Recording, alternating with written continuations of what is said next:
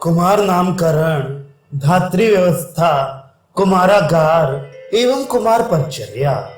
बालक का नामकरण।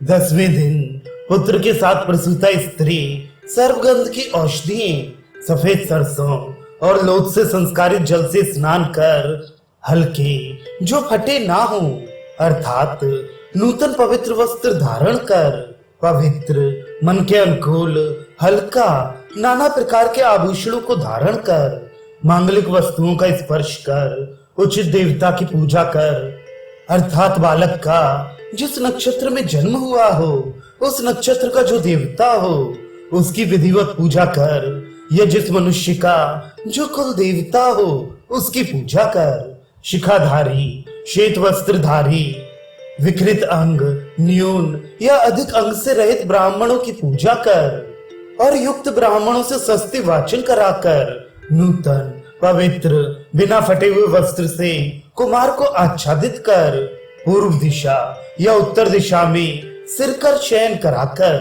पहले देवता को बाद में द्विजातियों को प्रणाम करता है। ऐसा कहकर बालक का पिता बालक का 2 नाम रखे। एक नक्षत्रिक नाम, जिस नक्षत्र में जिस चरण में बालक का जन्म हुआ हो उस चरण के अक्षर के अनुसार।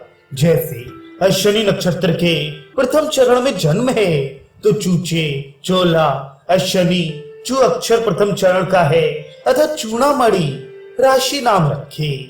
दूसरा नाम अभिप्रायक अर्थात जो नाम माता पिता को इष्ट हो वह नाम रखे। उसमें अभिप्रायक नाम ऐसा रखना चाहिए जिसके आदि में घोष वर्ण का अक्षर हो। घोष वर्ण का तात्पर्य घोष प्रयत्न से है। हा, या, वा, रा, ला, ङा, मा, डा, अड़ा, ना, झा, भा, घा, धा, धा, जा, बा, डा, दा। इन वर्णों का संभार नाद घोष प्रयत्न होता है। यही वर्ण नाम के आदि में होनी चाहिए। मध्य में अंतस्थ वर्ण का अक्षर हो। जैसे या, वा, रा, ला वर्ण है, ये वर्ण नाम के मध्य में आनी चाहिए और नाम के अंत के अक्षर ऊष्मा वर्ण का होना चाहिए। शशा, सा, हा को ऊष्मा कहा जाता है। यही वर्ण नाम के अंत में होनी चाहिए पर वे नाम वृद्ध रहित हो। 3 पुष्ट पिता, पितामहा, विप्रतामहा का अनुकरण करने वाला नाम हो अर्थात इन तीनों के कुक्षर या अर्थ से मिलता जुलता नाम हो और प्रसिद्ध नाम रखे। नक्षत्रिक नाम, जिस नक्षत्र में जन्म हो उस नक्षत्र के देवता के समान अर्थ का बोधक चरण के अनुकूल 2 अक्षर या 4 अक्षर का नाम रखना चाहिए। दीर्घायु बालक के लक्षण। नामकरण कर देने के बाद बालक का आयु प्रमाण जानने के लिए बालक की परीक्षा करना प्रारंभ करें। आयुष्मान कुमारों के ये लक्षण निर्दिष्ट हैं। जैसे बाल अच्छे होते हैं जिससे दीर्घायु होना संभावित होता है। जो एक एक अलग अलग निकले हों, मृदु हों, अल्प हों, स्निग्ध हों, जिनका मूल दृढ़ हो और जो काले हों। त्वचा स्थिर और मोटी अच्छी होती है। सिर वह श्रेष्ठ होता है जो स्वाभाविक आकृति से युक्त हो पर प्रमाण से कुछ बड़ा हो किंतु देह के अनुसार ही बड़ा हो। इतना बड़ा ना हो कि देखने में बुरा लगता हो और छाता के सदृश चढ़ाव उतार वाला हो। ललाट वह श्रेष्ठ होता है जो चौड़ा, दृढ़, समसुव्यक्त हो। शंखास्ति की संधियां सुलिष्ट, इतनी दृढ़ और सटी हों जिसमें अलग ना प्रतीत होती हों। ऊर्ध्व व्यंजन अर्थात ललाट में ऊर्ध्वाकार रेखाएं उभरी हुई हों। मांसल हो, ललाट में बल हो अर्थात जब भ्रू संकोच करे तब बड़ी रेखा सदृश प्रतीत हो और अर्धचंद्राकार हो। कान, दोनों कान स्थूल, बड़े समतल पृष्ठ वाले, समान रूप से नीचे की ओर बढ़े हुए, पीछे से आगे की ओर झुके हुए, जिसमें कर्ण पुत्रिका का बंधन दृढ़ हो और सटे हुए हों। जिनका कर्ण गहर का छिद्र बड़ा होता है वे कान उत्तम होते हैं। भ्रू कुछ नीचे की ओर लटकी हुई, आपस में दोनों भौहें मिली हुई ना हो, दोनों भौहें समसुगठित और लंबाईमान हो तो उत्तम मानी जाती हैं। नेत्र, दोनों नेत्र समान हो, पहला बड़ा और दूसरा छोटा ना हो। दृष्टि मंडल नेत्र गोलक में समभाव से स्थित हो। नेत्र में कृष्ण मंडल, श्वेत मंडल, दृष्टि मंडल का विभाग स्पष्ट रूप से विभक्त हो, बलवान हो, अर्थात थोड़ा देखने से थकने वाला ना हो, तेज से युक्त हो। नेत्र के अंग वर्तम, पक्षम आदि और अपांग भाग सुंदर हो तो प्रशस्त नेत्र माने जाते हैं। नाक, नासिका सरल, लंबे लंबे श्वास प्रश्वास लेने वाली, नासावंश सुंदर स्तंभ सुविभक्त, नासावंश का अग्रभाग कुछ झुका हुआ हो तो वे नाक उत्तम मानी जाती है। मुख, मुख बड़ा हो, सीधा और जिसमें सुंदरता के साथ दांत लगे हों, देखने में दांत कुरूप ना हो तो मुख उत्तम होता है। जीभ, जो जीभ उचित रूप में लंबी चौड़ी हो, चिकनी हो, पतली हो, अपनी प्रकृति और वर्ण से युक्त हो, वह उत्तम होती है। तालु, चिकना, उचित रूप में मांसल, न ज्यादा उठी न ज्यादा गहरी, ऊष्मा युक्त और रक्तवर्ण की तालु का होना उत्तम है। स्वर, महान, दीनता से शून्य, स्निग्ध, प्रतिध्वनि युक्त, गंभीर निकलने वाला और धीरता युक्त स्वर का होना उत्तम है। होठ, अधिक मोटा ना होना, अत्यंत पतला ना होना, आयाम विस्तार, ओठ का उचित रूप में होना, मुख गहर को पूर्ण रूप में आच्छादन करने वाला और ओठों का रक्त वर्ण का होना उत्तमता का द्योतक है। हनु, दोनों हनु का बड़ा होना उत्तम है। ग्रीवा, गर्दन गोल हो किंतु बहुत लंबी ना हो, वह उत्तम है। और छाती विस्तृत और मांसपेशियों से भरी हुई होना उत्तम है। जत्रु और पृष्ठवंश का मांस पेशियों से ढका रहना उत्तम है। स्तन, दोनों का दूर दूर रहना उत्तम है। पार्श्व, जिसके दोनों पार्श्व अंश भाग स्थूल मांसल होकर क्रमशः पतले और स्थिर होते हैं, वे श्रेष्ठ हैं। बाहु, पैर और अंगुलियां, जिसके दोनों हाथ, दोनों पैर और उंगलियां गोली, मांस से परिपूर्ण और लंबी हो तो वे श्रेष्ठ होती हैं। हाथ पैर, पाद और हाथ करतल भाग का बड़ा एवं मांसल होना उत्तम है। नख, स्थिर, गोलाकार, चिकने, ताम्रवर्ण के लाल, ऊंचे उठे हुए और कछुए की खोपड़ी की तरह चढ़ाव उतार युक्त नखा होना उत्तम है। नाभि, दक्षिण पार्श्व से आवृत घेरा बना हो और किनारे का भाग उठा हो, मध्य में गहरा हो तो वह नाभि उत्तम हो। कटी, छाती की अपेक्षा कटी भाग तृतीयांश कम हो, समतल हो, उचित रूप से मांसपेशियों से आच्छादित रहना कटी प्रदेश की उत्तमता का द्योतक है। इश्च, दोनों नितंबों का गोल होना, स्थिर होना, मांसपेशियों से भरा हुआ होना और ना ज्यादा ऊंचा होना ना ज्यादा धसा हुआ होना श्रेष्ठ होता है। दोनों उरु अर्थात जानू का ऊपरी भाग का क्रमशः गोला और मांसल होना श्रेष्ठ है। जंगा हिरण के पैर के समान हो, न मांसपेशियों से अधिक आच्छादित हो, जिससे अधिक स्थूल हो गया हो, न हल्की मांसपेशियों से आच्छादित हो, जिससे क्रश प्रतीत होता है, और जिस जंघे में सिरा, अस्थि और संधियां गूढ़ हो, अर्थात पुष्ट मांसपेशियों से आच्छादित होने के कारण छिपी हुई हो, वह जंघा उत्तम होता है। गुल्फ न मांसपेशियों से अधिक भरा हो, न कम पेशियों से आच्छादित हो, जिससे क्रश ना हो, वह गुल्फ श्रेष्ठ होता है। पाद का ऊपरी भाग पहले बताए हुए लक्षणों के साथ कूर्माकार पैर के ऊपरी भाग का होना श्रेष्ठ है। वात, मूत्र, पुरीश, शयन, जागना, परिश्रम, मुस्कुराना, रोना, स्तन से दूध पीना आदि जिस बालक के स्वाभाविक अवस्था में होते हैं, वह बालक उत्तम होता है। और जो कुछ अन्य भाव जो यहाँ नहीं कहा गया, वह बालक के लिए स्वाभाविक रूप से हितकारी है, तो उन सबों का स्वाभाविक रूप में होना उत्तम होता है। जो विपरीत यहाँ नहीं कहा गया है वे सभी वस्तु अनिष्ट हैं, अर्थात हितकारित्वेन ग्रहण उसका नहीं होता। इस प्रकार दीर्घायु बालक का लक्षण बता दिया गया है। धात्री परीक्षा। अब इसके बाद धात्री की परीक्षा का उपदेश किया जा रहा है।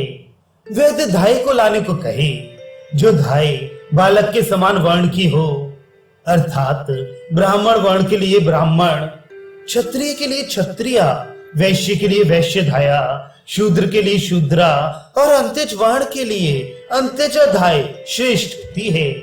युक्ति हो, विश्वास पात्र हो, रोग रहित हो, हीन अंग या अधिक अंग वाली ना हो, दुर्व्यसनों से युक्त ना हो, कुरूप ना हो, निंदित स्वभाव या वेश वाली ना हो, जिस देश का बालक हो उसी देश की हो, क्षुद्र ना हो, क्षुद्र कार्य करने वाली ना हो, उत्तम कुल में उत्पन्न हो, बालक पर स्नेह रखती हो, जिसका बालक जीता हो, जिसकी संतान पुरुष हो, जिसमें दूध पूर्ण मात्रा में हो, मत वाली ना हो, जो अधिक शयन ना करती हो, बालक के मलमूत्र पर ही शयन जो न करती हो, अर्थात सर्वदा सावधान और जागरूक हो और मलमूत्र का त्याग करते ही बालक को उससे दूर कर सफाई शीघ्र कर देने वाली हो, धर्म और आचरण से पतित ना हो, बालक की सेवा करने में कुशल हो, पवित्र रहती हो, अपवित्र एवं गंदे वस्तुओं से द्वेष करने वाली हो,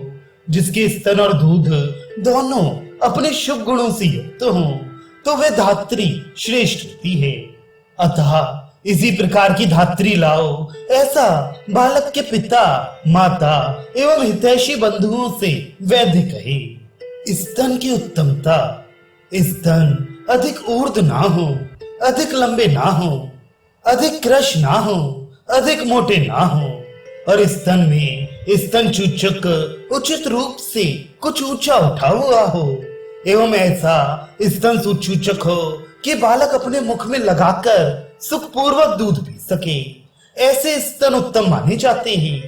इस प्रकार ये स्तन संपत्ति अर्थात उत्तमता कह दिया गया। दूध की श्रेष्ठता।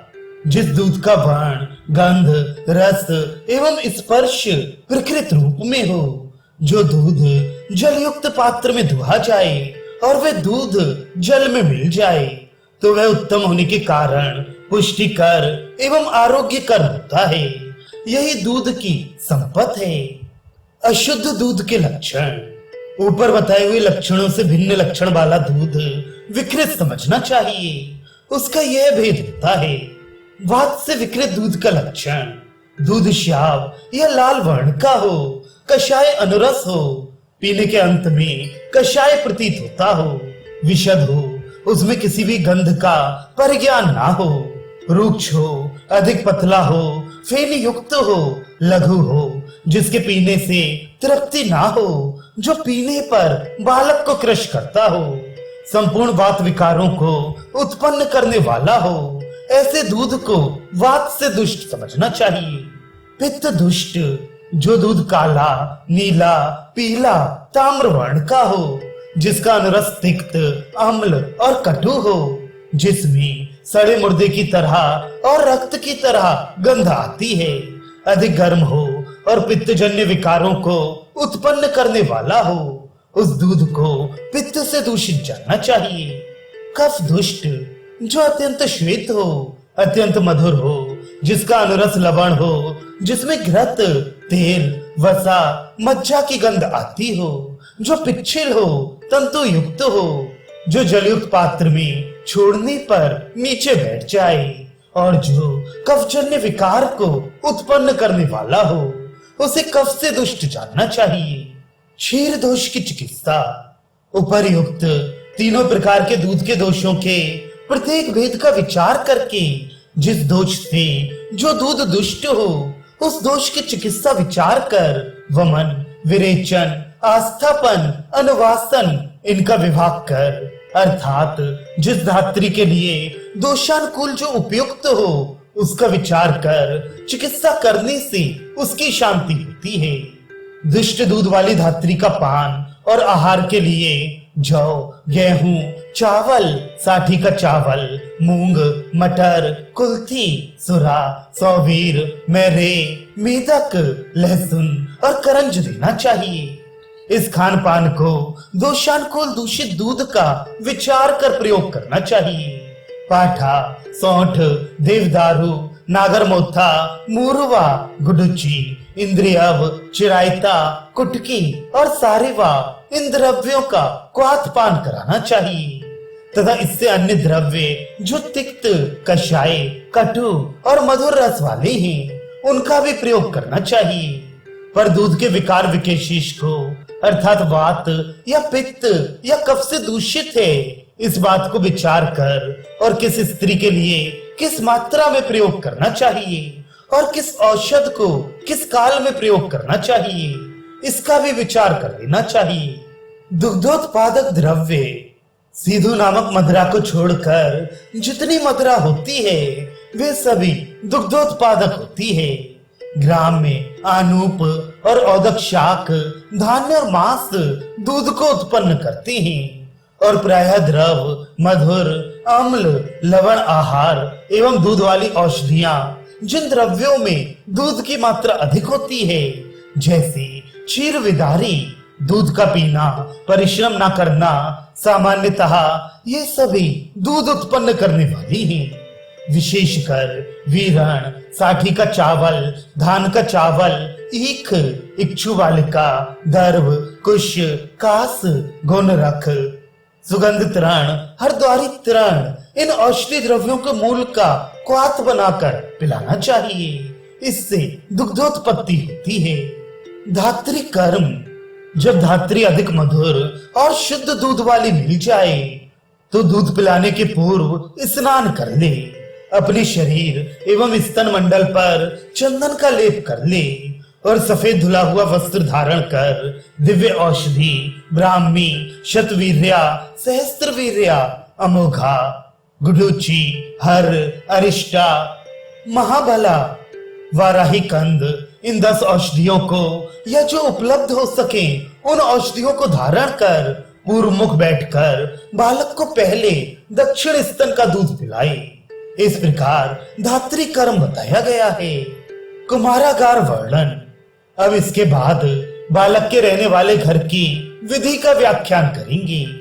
जो वास्तु विद्या में कुशल, श्रेष्ठ, सुंदर, अंधकार रहित अर्थात जिसमें सूर्य की किरणें प्रवेश करती हों, निवात अर्थात तेज हवा बालक के शरीर में लगने योग्य ना हो पर एक स्थान में प्रवात अर्थात प्रचुर वायु का प्रवेश हो, ऐसा धरण और जहां कुत्ता या अन्य हिंसक पशु, मच्छर, चूहा, पतंग ना जा सके, जहां अलग अलग विभाग पूर्वक जल का स्थान, उखल रखने का स्थान, मूत्रालय, शौचालय, स्नानागार और रसोई घर अलग अलग हों, प्रत्येक ऋतु में सुखकारी और ऋतु के अनुसार जहां शयन, आसन, बिस्तरा रखा हो, ऐसा बालक के रहने के लिए घर बनाए और उस घर में विधि पूर्वक रक्षा विधान, बलि, मंगल, होम प्रायश्चित हो चुका हो, ऐसे कुमारागार में पवित्र, वृद्ध, वैद्य और प्रेम करने वाले हितैषी व्यक्तियों से भरा होना चाहिए। इस प्रकार कुमारागार विधि बताई गई है। बालक के योग्य शयन आदि, कुमार की शैया, आसन, बिछौना, प्रवारण अर्थात ओढ़ने का वस्त्र या पहनने का वस्त्र मृदु, लघु, पवित्र अर्थात स्वच्छ और सुगंधित होनी चाहिए। जिस शयन, आसन, बिस्तरा, ओढ़ना आदि में पसीना सूख गया हो, गंदा और जिसमें मलमूत्र लग गया हो, उसे बालक के व्यवहार में नहीं लाना चाहिए। ऐसे दूषित गंदे वस्त्र को त्याग कर नूतन वस्त्र बालक के कार्य में लाना चाहिए। पर यदि परिस्थिति वश नूतन वस्त्रों का प्रबंध ना हो सके तो उन्हीं वस्त्रों को अच्छे प्रकार धोकर सुखा लें और उसमें धूपन द्रव्यों का धूप लगाएं और सूख जाने पर बालक के कार्य में लाएं। धूपन द्रव्य कपड़े, शैया, बिस्तरे और ओढ़ने के वस्त्रों को जौ, सरसों, तीसी, हींग, गुग्गुल, वचा, चोर पुष्पी, ब्राह्मी, श्वेत दूब, जटामासी, सामान्य गुग्गुल, अशोक, कुटकी, सांप की कैचुल, इन द्रव्यों का चूर्ण बनाकर घृत मिलाकर धूपित करना चाहिए। धारणीय मणियां, बालकों को मणियां धारण करानी चाहिए। जीते हुए गैंडा, हिरण, नीलगाय, सांड, इनमें किसी एक का या सभी के दाहिने सींग के अग्रभाग को लेकर बालक को धारण कराना चाहिए। तब इंद्रिय आदि औषधियों और जीवक ऋषवक को धारण कराना चाहिए। इन औषधियों के अतिरिक्त और जिन जिन औषधियों का धारण करना अथर्ववेद के ज्ञाता ब्राह्मण बताएं, उन सभी औषधियों को धारण कराएं। बालकों के लिए खिलौने, शिशु के लिए खिलौने अनेक प्रकार के होने चाहिए। कुछ शब्द करने वाले, देखने में मनोहर, हल्के, जिसका अग्रभाग तेज ना हो, जो मुख के अंदर प्रवेश ना कर सके। ऐसे खिलौने ना हो जो मृत्यु के कारण हो और जो बालक को भय उत्पन्न करने वाले हों। इस तरह अनेक प्रकार के खिलौने बालक को देने चाहिए। बालकों में भय उत्पन्न करना उचित नहीं है। यदि बालक रोता हो या भोजन ना करता हो और किसी आज्ञा का पालन ना करता हो तो राक्षस, पिशाच, पूतना आदि ग्रहों का नाम लेकर पुकारते हुए कुमार को डराना नहीं चाहिए। बालकों के रोग का चिकित्सा सिद्धांत, यदि संयोगवश बालक को कोई रोग हो जाए तो बालक की प्रकृति या रोग की प्रकृति, दूष्य, निमित्त, पूर्व रूप, रूप, उपशय, इन रोग परीक्षात्मक विधियों से रोग का निश्चय कर सभी विशेषताओं को ध्यान में रखते हुए आतुर, औषध, देश, काल, रोग का आश्रय देश स्थान आदि को देखते हुए चिकित्सा प्रारंभ करें। बालकों की चिकित्सा में मधुर, मृदु, लघु, सुगंध, शीत और आनंददायक कर्म करते हुए बालकों की चिकित्सा प्रारंभ करें। बालक मधुर, मृदु, लघु, सुगंधित, शीतात्मक द्रव्यों से साथ में रखने वाला होता है। इस प्रकार के द्रव्यों से चिकित्सा करने पर बहुत शीघ्र ही बालक स्वस्थ और कल्याण युक्त हो जाता है। यदि बालक स्वस्थ है तो देश, काल और अपने गुण के विपरीत आहार विहार का सेवन करते हुए स्वस्थ व्रत का पालन कराएं। यदि मधुर आदि द्रव्यों से विपरीत द्रव्यों का सातम्य बालक को हो गया हो तो भी वह अहितकर होता है, अतः इसे असात्म्य कहा जाता है। उस असात्म्य को क्रमशः त्याग करते हुए सातम्य मधुर आदि द्रव्यों का सेवन करते हुए सभी अहितकर आहार विहार का त्याग करें। इस प्रकार असात्म्य आहार विहार को क्रमशः छोड़कर सातम्य आहार विहार का क्रमशः सेवन करने वाला बालक बल, वर्ण, शरीर और आयु की श्रेष्ठता को प्राप्त करता है। युवावस्था तक अवश्य पालनीय कर्म, इस प्रकार कुमार को युवावस्था प्राप्ति तक धर्म और अर्थ की कुशलता प्राप्त हो सके, ऐसे नियमों का पालन कराते हुए उसकी रक्षा करे। नियम पालन का फल, इस प्रकार पुत्र की शुभकामना के लिए बालक की सभी प्रकार के समृद्धिकर कार्यों की व्याख्या कर दी गई है। उसका यथोक्त विधि पूर्वक आचरण करता हुआ दूसरे के गुणों में दोषों का आरोप न करने वाला अपने मन के अनुकूल उत्तम पूजा प्रतिष्ठा प्राप्त करता है। अध्याय उपसंहार, प्रयोजनों के साथ बहुत श्रेष्ठ ये पुत्र की शुभकामनाओं का समृद्धि कारक कर्म कहा गया है। उसका नियम पूर्वक आचरण करने वाला, दूसरे की निंदा न करने वाला विद्वान पुरुष अपनी इच्छा के अनुसार उत्तम प्रतिष्ठा को प्राप्त करता है। शारीर स्थान की निरुक्ति, सभी सभ्य उपायों द्वारा देव संपत्त, परमात्मा आदि मनुष्य संपत्त, पुरुषार्थ, इन दोनों संपदों से सभी प्राणी मात्र शरीर की चिंता करते हैं। अतः इस स्थान का नाम शारीर स्थान रखा गया है।